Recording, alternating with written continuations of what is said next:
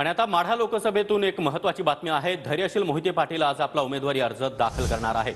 धैर्यशील मोहिते पाटलांनी 2 दिवसांपूर्वी शरद पवार गटामध्ये प्रवेश केला आणि आपला उमेदवारी अर्ज आज ते दाखल करणार आहेत। आणि या संदर्भात अधिक माहिती देण्यासाठी आमचे प्रतिनिधी प्रदीप कापसे यांच्यासोबत स्वतः धैर्यशील धैर्यशील मोहिते पाटील देखील आपल्यासोबत जोडले गेलेले आहेत। प्रदीप, सागर अगदी बरोबर आहे। खरं तर आज सगळ्यांना उत्सुकता होती। पश्चिम महाराष्ट्रातली ही सगळ्यात मोठी घडामोड आहे ते म्हणजे मोहिते पाटील परिवारानं शरदचंद्र पवार पक्षामध्ये प्रवेश केला आणि थेट माढा लोकसभेसाठी आज धैर्यशील मोहिते पाटील जे आहेत उमेदवारी अर्ज भरतायत। सपत्नीक ते सोलापूरच्या दिशेनं रवाना होत आहेत। वहिनी साहेब, तुम्हाला एकच प्रश्न आहे, आज भैयासाहेब उमेदवारी अर्ज भरतायत, आपली पहिली प्रतिक्रिया काय? खूप आनंद आहे, बस एवढंच। विजयाची खात्री? 100%। भैयासाहेब, तुम्ही अर्ज भरताय, वहिनींनी आताच आशा व्यक्त केली आहे की विजय 100% होणार आहे। कशी सगळी रणनीती असणार आहे? स्वतः दादा आज उमेदवारी अर्ज भरण्यासाठी येत?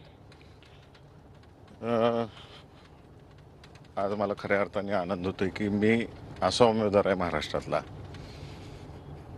की ज्याला जनतेनं उभं केलेलं आहे।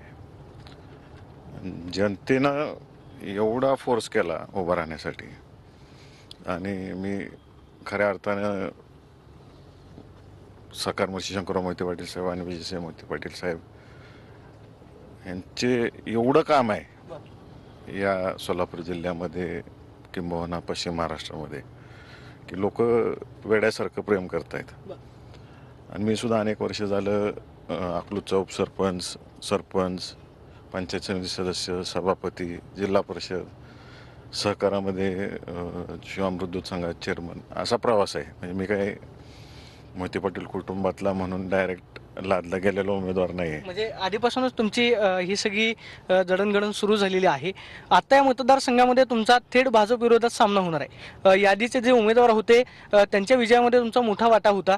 आत्ताची नेमकी परिस्थिती काय पाहायला मिळेल? विशेषतः माळशिरस तालुक्यामध्ये भैयासाहेबांना किती लीड मिळेल याची खरं तर चर्चा आतापासूनच आहे।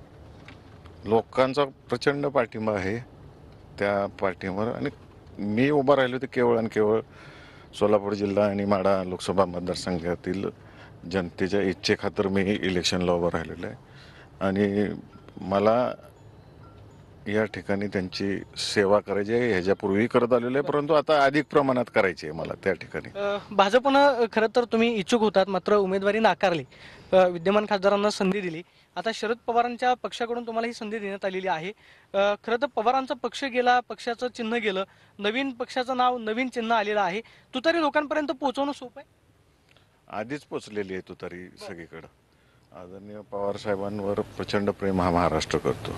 साहेबांचे पुरोगामी विचार आणि सगळ्यांना घेऊन काम करायचं। साहेबांनी कधी मला वाटत नाही पक्षभेद केलेला आहे। एकदा तुमच्याकडे सत्ता आली की तो विरोधक असो नाही तर कोणी असो सगळ्यांसाठी काम करायचं।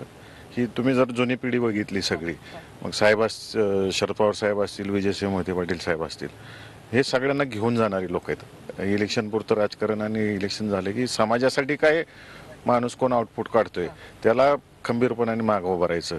ही आम्हाला तरुणांना शिकण्यासारखं गोष्ट आहे। साहेबांनी पुन्हा एकदा संधी दिली, पुन्हा एकदा संधी दिलेली आहे साहेबांनी आणि मी आज नशीब समजतो की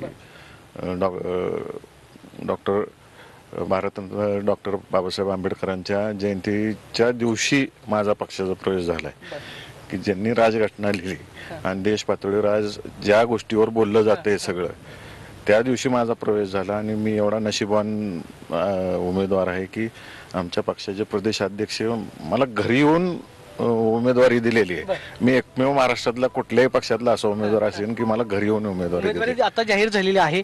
भाजपनं आता